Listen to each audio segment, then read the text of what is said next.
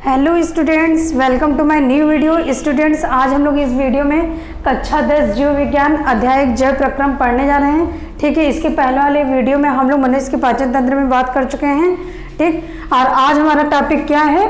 पाचन ग्रंथियाँ। ठीक है, तो देखिए पाचन ग्रंथियाँ क्या, आहार नाल से संबंधित पाचन ग्रंथियाँ निम्नलिखित हैं। ये हमारा क्या है? मानव पाचन तंत्र मतलब क्या, ये पूरा मेरा क्या है? आहार नाल है। ठीक है, आहार नाल की संरचना है। तो ये जो मुख है, ग्रसिका है, आमाशय, छोटी आंत, बड़ी आंत, गुदा द्वार। ठीक है, तो इससे संबंधित पाचक ग्रंथियां हमारी निम्न पाई जाती हैं। ठीक है, तो देखिए यहाँ क्या लिखा है? भोजन के पाचन में कुछ ग्रंथियां इस प्रकार हैं। जो हमारा भोजन का पाचन करता है उसमें क्या होता है? उसमें कुछ ग्रंथियां इस प्रकार हैं। ठीक है, तो देखिए क्या है? पहला लार ग्रंथियां हैं। मनुष्य में 3 जोड़ी लार ग्रंथियां पाई जाती है। कितनी जोड़ी ग्रंथियां पाई जाती है? 3 जोड़ी। ठीक है, मनुष्य में कितनी जोड़ी? 3 जोड़ी लार ग्रंथियां पाई जाती है, जो प्रतिदिन लगभग 1.5 लीटर लार का स्रावण करती हैं। ठीक है, कितना लीटर? 1.5 लीटर लार का स्रावण करती हैं। यानी कि जो हमारे मुंह में जो लार बनता है वो प्रतिदिन कितना लीटर लार का स्रावण करेंगी? 1.5 लीटर। ठीक है, तो देखिए जैसे मान लीजिए आपको खाने में कोई चीज पसंद है, ठीक है, बहुत ज्यादा पसंद है। ठीक, तो आप उसका सुगंध या महक दूर से ही सूंघेंगे तो आपके मुंह में क्या आता है? पानी आता है। लोग कहते नहीं कि मुंह में पानी आ गया। ठीक है, तो पानी क्या होता है? लार होता है। ठीक है, तो वो लार कहाँ से बनता है? लार ग्रंथि क्या करती है? लार का स्रावण करती हैं। यानी कि आप कोई चीज, अपने मनपसंद की चीज देखते हैं, सूंघते हैं, तो आपके मुंह में क्या बनना स्टार्ट हो जाती है? जो आपके मुंह में लार ग्रंथि होती है, लार नामक ग्रंथि जो होती है, वो क्या करती है? लार का स्रावण करना स्टार्ट कर देती है। ठीक है, तो आपके मुंह में क्या बनने लगता है? लार बनने लगता है। ठीक, जिसको लोग कहते हैं कि मुंह में पानी आ गया। ठीक है, अब देखिए क्या है? देखिए यहाँ पे क्या था? मनुष्य में 3 जोड़ी लार ग्रंथियां बनती है, पाई जाती है। तो 3 जोड़ी देखिए कौन कौन सी है 3 जोड़ी लार ग्रंथि हमारी? पहला क्या है? जीभ के दोनों ओर। ठीक है, जीभ के दोनों ओर, तो उससे क्या कहते हैं? अधोजीवा ग्रंथि। जो लार ग्रंथि जीभ के दोनों ओर पाई जाती है उसे क्या कहते हैं? जो ग्रंथि जीभ के दोनों ओर पाई जाती है उसे क्या कहते हैं? अधोजीवा ग्रंथि। ठीक है, और दूसरा देखिए जबड़ों के दोनों ओर। ठीक, यानी कि जबड़ों के दोनों ओर जो ग्रंथि पाई जाती हैं उसे क्या कहते हैं? अधोहन ग्रंथि। क्या कहते हैं? अधोहन ग्रंथि। फिर तीसरा क्या है? लास्ट, दोनों कानों के नीचे, यानी कि दोनों कानों के नीचे जो ग्रंथि पाई जाती है उसे क्या कहते हैं? कर्णपूर्व ग्रंथि। क्या कहते हैं? कर्णपूर्व ग्रंथि। जीभ के दोनों ओर को पाए जाने ग्रंथि क्या कहते हैं? अधोजीवा कहते हैं। ठीक है, और जबड़ों के दोनों ओर पाए जाने वाली ग्रंथि को अधोहन ग्रंथि कहते हैं, और दोनों कानों के नीचे पाए जाने वाली ग्रंथि क्या कहते हैं? कर्णपूर्व ग्रंथि। ठीक, अब देखिए क्या है हमारा? लार में 2 प्रकार के एंजाइम पाए जाते हैं। कितने प्रकार के एंजाइम पाए जाते हैं? 2 प्रकार के। लार ग्रंथि जो लार का स्रावण करती है, उस लार की बात की जा रही है। उस लार में कितने एंजाइम पाए जाते हैं? 2 प्रकार के एंजाइम पाए जाते हैं। ठीक, पहला क्या हमारा? टाइलिन है। टाइलिन देखिए क्या है? टाइलिन नामक एंजाइम स्टार्च का पाचन करता है। ठीक है, टाइलिन नामक एंजाइम जो होता है वो क्या करता है? स्टार्च का पाचन करता है। यह स्टार्च को माल्टोज में तथा माल्टोज को शर्करा में बदलता है। ठीक है, माल्टोज को किस में बदलेगा? शर्करे में बदलने का कार्य करता है। ठीक, मतलब कि जो एंजाइम होता है, टाइलिन नामक जो एंजाइम होता है हमारे लार में, ठीक है, वो क्या करता है? स्टार्च का पाचन करता है, और स्टार्च को माल्टोज में, माल्टोज को शर्करा में क्या करता है? बदल देता है। समझ में आया? नेक्स्ट क्या है? दूसरा एंजाइम हमारा क्या है? लाइसोजाइम। ठीक है, क्या है? लाइसोजाइम। लाइसोजाइम देखिए क्या कर रहा है? यह कीटाणुओं को नष्ट करने का कार्य करता है।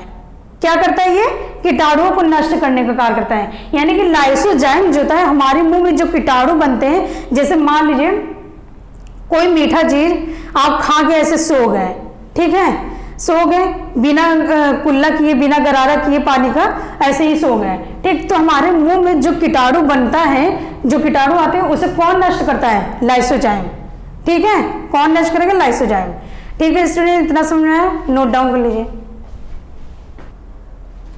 चलिए अब देखिए, अभी तक लार ग्रंथियां देख रहे थे हम लोग। अब क्या है हमारा? दूसरा यकृत, यानी कि पाचक ग्रंथि में पहला लार ग्रंथि है, तो दूसरा क्या है? यकृत है। यकृत देखिए क्या है? यह मानव शरीर की सबसे बड़ी ग्रंथि है। क्या है यकृत? मानव शरीर की सबसे बड़ी ग्रंथि। यानी मानव शरीर की सबसे बड़ी ग्रंथि क्या है पूछा जाएगा तो क्या है बताएंगे आप? यकृत है। ठीक है, फिर क्या है? यह उदर गुहा में डायफ्राम तथा आमाशय के ऊपर स्थित होता है। उदर गुहा में, ठीक है, कहाँ होता है ये? उदर गुहा में डायफ्राम तथा आमाशय के ऊपर। ठीक है, आमाशय मतलब कि पेट की बात की गई, ठीक, और डायफ्राम मतलब ऊपर का भाग और नीचे के भाग को जो सेपरेट करता है, डायफ्राम जो अलग करता है, ठीक है, उसके ऊपर क्या होता है? स्थित होता है क्या? यकृत, यानी कि लीवर हमारा। ठीक, अब क्या है? यह गहरे लाल रंग की होती है। कौन सी कलर होती है? इसका रंग क्या होता है? गहरा लाल रंग होता है। ठीक, फिर इसका भार देखिए कितना होता है? लगभग 1500 ग्राम होता है। इसका भार कितना होता है? लगभग 1500 ग्राम। फिर यह पित्त रस का श्रावण करता है और पित्ताशय में एकत्रित करता है। यकृत क्या करता है? पित्त रस का श्रावण करता है, यानी कि पित्त रस को निकालता है। ठीक है, पित्त रस का श्रावण करता है, फिर उसे कहाँ पे एकत्रित करेगा? पित्ताशय में। ठीक है, कहाँ एकत्रित करेगा? पित्ताशय में। अब देखिए क्या है? पित्ताशय नाशपाती के आकार की थैली नुमा संरचना होती है। ये हमारा फिगर दिख रहा है, ये हमारी संरचना दिख रही है। ठीक है, ये पित्ताशय, ये कैसा लग रहा है? नाशपाती के आकार का। ठीक है, कैसा है? नाशपाती के आकार का लग रहा है, इसलिए इसे क्या कहा गया है? नाशपाती के आकार की थैली नुमा संरचना होती है। ठीक है, थैले जैसा संरचना होता है। फिर कार्य क्या है? यह पित्त रस को इकट्ठा करने का कार्य करता है। पित्ताशय में क्या इकट्ठा होता है? पित्त रस। ठीक है, यहाँ ऊपर भी हम बता चुके हैं कि यकृत क्या करता है? पित्ताशय में एकत्रित करता है पित्त रस को। ठीक है, तो ये पित्ताशय में क्या एकत्रित होता है? पित्त रस। ठीक है, मतलब पित्ताशय क्या कार्य करता है? पित्त रस को इकट्ठा करने का कार्य करता है।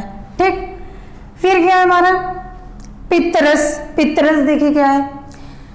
इसमें कोई एंजाइम नहीं होता है। पित्त रस में कोई भी एंजाइम नहीं होता है। ठीक, यह वसा विटामिन के अवशोषण में सहायक होता है। यानी कि पित्त रस जो होता है इसमें कोई भी एंजाइम नहीं होता है। यह वसा और जो हमारा विटामिन के होता है उसके अवशोषण में सहायक होता है। ठीक है, यानी कि वसा को अवशोषण करता है या अवशोषण करने में सहायता करता है, और विटामिन के को अवशोषित करने में क्या करता है? ये सहायता करता है। कौन? पित्त रस। ठीक, फिर देखिए पीले रंग का क्षारीय द्रव है। पित्त रस क्या है? पीले रंग का क्षारीय द्रव्य है। फिर जो भोजन के साथ आए हानिकारक जीवाणु को नष्ट करता है। यानी कि आप भोजन लिए, ठीक है, भोजन लिए, अगर उसमें कोई भी हानिकारक जीवाणु है, ठीक है, तो उसको कौन नष्ट करने का कार्य करता है? कौन नष्ट करता है? पित्त रस। पित्त रस क्या करता है? हमारे सिर्फ भोजन नहीं, कोई भी खाद्य पदार्थ है जो आप इनटेक किए, मुंह में लिए, ठीक है, खाए, पेट में गया, अगर उसमें कोई भी जीवाणु है, कोई भी हानिकारक जीवाणु जो आपके शरीर के लिए हानिकारक है, तो उसे कौन नष्ट करेगा? पित्त रस। ठीक है, पित्त रस क्या करेगा? उसे नष्ट कर देगा, उसे खत्म कर देगा। ठीक, फिर क्या है? यह आंत की क्रमाकुंचन गतियों को बढ़ाता है। यानी आंत में जो क्रमाकुंचन गति होती है, जो आंत होती है हमारी, वो मशीन की तरह चलती रहती है। ठीक है, तो उसे क्या कहते हैं? क्रमाकुंचन गति। तो आंत में जो क्रमाकुंचन गति होती है उसको क्या करेगा? पित्त रस उसे बढ़ा देगा। क्यों बढ़ाता है? देखिए यहाँ क्या लिखा है? जिससे भोजन का पाचक रस अच्छे से मिल जाए। यानी कि भोजन में जो पाचक रस होता है वो क्या होता है? अच्छे से मिल जाए। किसके साथ? भोजन के साथ क्या हो? अच्छे से मिल जाए। फिर से देखिए पित्त रस में कोई एंजाइम नहीं होता है, ये वसा विटामिन के का अवशोषण में सहायक करता है। ठीक है, फिर पीले रंग का क्षारीय द्रव होता है जो भोजन के साथ आए जीवाणु क्या करता है? नष्ट करता है। फिर यहाँ क्या लिखा है? यह आंत की क्रमाकुंचन नहीं होगा, यहाँ क्रमाकुंचन होगा। ठीक है, क्या होगा? क्रमाकुंचन। यह आंत की क्रमाकुंचन गतियों को क्या करता है? बढ़ाता है, जिससे क्या हो? भोजन का जो पाचक रस होता है अच्छे से मिल जाए, मिक्स हो जाए। ठीक है, अब देखिए नेक्स्ट क्या है हमारा? तीसरा, यानी कि पाचक ग्रंथि में क्या था? पहला लार ग्रंथि, फिर यकृत, फिर क्या है? अग्न्याशय। अग्न्याशय देखिए यह मानव शरीर की दूसरी सबसे बड़ी ग्रंथि है। यकृत क्या थी? सबसे बड़ी ग्रंथि, यानी कि मानव शरीर की सबसे बड़ी ग्रंथि अगर पूछा जाए तो क्या कहेंगे? यकृत। और दूसरी सबसे बड़ी ग्रंथि हमारा क्या है? अग्न्याशय है। ठीक है, इसे मिश्रित ग्रंथि के नाम से भी जाना जाता है। क्यों मिश्रित ग्रंथि के नाम से जाना जाता है? क्योंकि इसमें 3 ग्रंथि होती है। एक मिश्रित ग्रंथि होती है, ठीक है, एक अंतःस्रावी ग्रंथि होती है, एक बहिस्रावी ग्रंथि होती है। ठीक है, तो तीनों को मिक्स करता है। ठीक है, तीनों को मिक्स करता है, यानी तीनों चीज के गुण इसमें पाए जाते हैं अग्न्याशय में, इसलिए इसको क्या कहते हैं? मिश्रित ग्रंथि भी कहते हैं। ठीक, फिर देखिए यहाँ पे, यह एक अंतःस्रावी और बहिस्रावी दोनों प्रकार की ग्रंथि है, यानी कि ये अंतःस्रावी भी बहिस्रावी भी है, मतलब कि इसमें नली, ये नली युक्त भी होता है ग्रंथि और बिना नली के भी होता है, इसमें नली भी होता है और नली नहीं भी होता है, यानी कि अंतःस्रावी जो है और बहिस्रावी। अंतःस्रावी क्या है? नली युक्त। देखिए जैसे कुछ मान लीजिए कोई चीजें हो गई, ठीक है, कुछ चीजें हैं कि नली युक्त, नली के द्वारा होती हैं, कुछ चीजें होती है जो बिना नली के ही होती है, इसलिए ये कैसा ग्रंथि है? दो तरह का ग्रंथि है, अंतःस्रावी और बहिस्रावी ग्रंथि है। समझ आया? अब देखिए अग्न्याशय में क्या होता है हमारा? अग्न्याशयी रस, ठीक है। तो अग्न्याशयी रस देखिए क्या है इसमें 98% जल, ठीक है, प्लस, यानी कि प्लस का मतलब क्या? 98% जल के साथ 2% लवण और एंजाइम होता है, ठीक है। 98% जल पाया जाता है जिसके साथ में 2% लवण और जल पाया जाता है, लवण और एंजाइम पाया जाता है, ठीक। फिर क्या है? इससे निकलने वाले कुछ एंजाइम इस प्रकार हैं, इससे कुछ एंजाइम निकलते हैं, कुछ एंजाइम मतलब इससे 5 प्रकार के एंजाइम निकलते हैं जो कि इस प्रकार है। पहला क्या है? ट्रिप्सिन है, दूसरा लाइपेज है, तीसरा अमाइलेज है, चौथा माल्टेज है, ठीक है, और पांचवा क्या है? कार्बोक्सी पेप्टिडेस। तो अब देखिए यहाँ ट्रिप्सिन क्या कर रहा है? प्रोटीन का पाचन करता है, ट्रिप्सिन प्रोटीन का पाचन करता है, लाइपेज वसा का पाचन करता है, और एमाइलेज, माल्टेज और कार्बोक्सी पेप्टिडेस ये तीनों किसका पाचन करता है? कार्बोहाइड्रेट का, ठीक है ना। फिर से देखिए ट्रिप्सिन प्रोटीन का पाचन करेगा, लाइपेज वसा का पाचन करेगा, एमाइलेज, माल्टेज और कार्बोक्सी पेप्टिडेस ये तीनों किसका पाचन करेगा? कार्बोहाइड्रेट का, ठीक है स्टूडेंट। इतना समझ में आया? नोट डाउन कर लीजिए। चलिए अब इसकी क्या देखिए, संरचना देख लीजिए, ठीक है। संरचना के थ्रू इन सारी चीजों को एक बार देख लेते हैं, ठीक है। तो देखिए ये क्या है? ये संरचना बना, किसका संरचना है? यकृत, पित्ताशय और अग्न्याशय का वाहिनी तंत्र, ठीक है। यानी कि यकृत, पित्ताशय, अग्न्याशय का वाहिनी तंत्र मतलब ये इसमें यकृत भी है, पित्ताशय भी है और अग्न्याशय का वाहिनी तंत्र भी है, ठीक है। तो देखिए यहाँ क्या बना हमारा? पित्ताशय। यहाँ बताए थे ना कि पित्ताशय क्या है? नाशपाती का आकार। तो देखिए ये कैसा दिख रहा है? नाशपाती का आकार का संरचना है, ठीक। फिर है पित्ताशय वाहिनी। हम क्या बोले थे कि पित्ताशय में क्या भरा होता है या क्या एकत्रित होता है? पित्तरस, ठीक है। तो ये क्या है? पित्ताशय वाहिनी, यानी कि यहीं से क्या होता है? पित्तरस जाता है पित्ताशय में। समझ में आया? फिर क्या है? मूल पित्त वाहिनी। मूल पित्त वाहिनी यानी कि मूल पित्त वाहिनी ये जो है अग्न्याशय, अग्न्याशय से मूल पित्त वाहिनी में, मूल पित्त वाहिनी से पित्ताशय वाहिनी में, फिर लास्ट में कहाँ पे एकत्रित होगा? पित्ताशय में।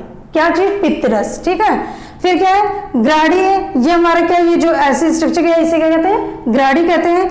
फिर अब ये देखिए ये लिफ लाइक स्ट्रक्चर है, यानी कि पत्ती की तरह दिख रहा है, पत्ती की तरह दिख रहा है, ये जो पत्ती की तरह दिख रहा है तो ये किसका स्ट्रक्चर है? अग्न्याशय का है, ठीक है, अग्न्याशय का है। अब ये अग्न्याशय का जो अंतिम छोर है, जो लास्ट का भाग है वो क्या है? यकृत है। यहाँ पे क्या होता है? यकृत होता है, अग्न्याशयी वाहिनी, ठीक है, यकृत अग्न्याशयी वाहिनी, यानी कि ये अग्न्याशय का लास्ट छोर है, इसलिए इसको क्या कहेंगे? यकृत अग्न्याशयी वाहिनी, ठीक है। समझ आया? फिर क्या है? ये जो ऐसे गया है वो क्या है? पत्ती के अंदर, ठीक है। पत्ती तो आप लोग देखेंगे कि उसके अंदर ऐसे बना होता है स्ट्रक्चर, तो इसे क्या कहेंगे? अग्न्याशयी वाहिनी कहेंगे। अग्न्याशयी वाहिनी मतलब कि ये कैसा दिख रहा है? नली के आकार का दिख रहा है, एक वाहिका की तरह दिख रहा है, वाहिनी की तरह दिख रहा है, इसलिए इसे क्या कहेंगे? अग्न्याशयी वाहिनी, क्योंकि ये अग्न्याशय है तो अग्न्याशयी वाहिनी बोलेंगे, ठीक है। अग्न्याशय के अंदर है इसलिए क्या बोलेंगे? अग्न्याशयी वाहिनी। और ये क्या है? ये तो बता दिए पत्ती का आकार का है, तो इसे क्या कहेंगे? अग्न्याशय कहेंगे, ये अग्न्याशय है, ठीक। फिर क्या है? नेक्स्ट ये क्या है? यकृत वाहिनी। अब ये यकृत का है ना, इसलिए इसे क्या कहेंगे? यकृत से गया हुआ है, इसलिए इसे क्या कहेंगे? यकृत वाहिनियां कहेंगे, ठीक है। समझ में आ गया? ये चित्र नोट डाउन कर लीजिए।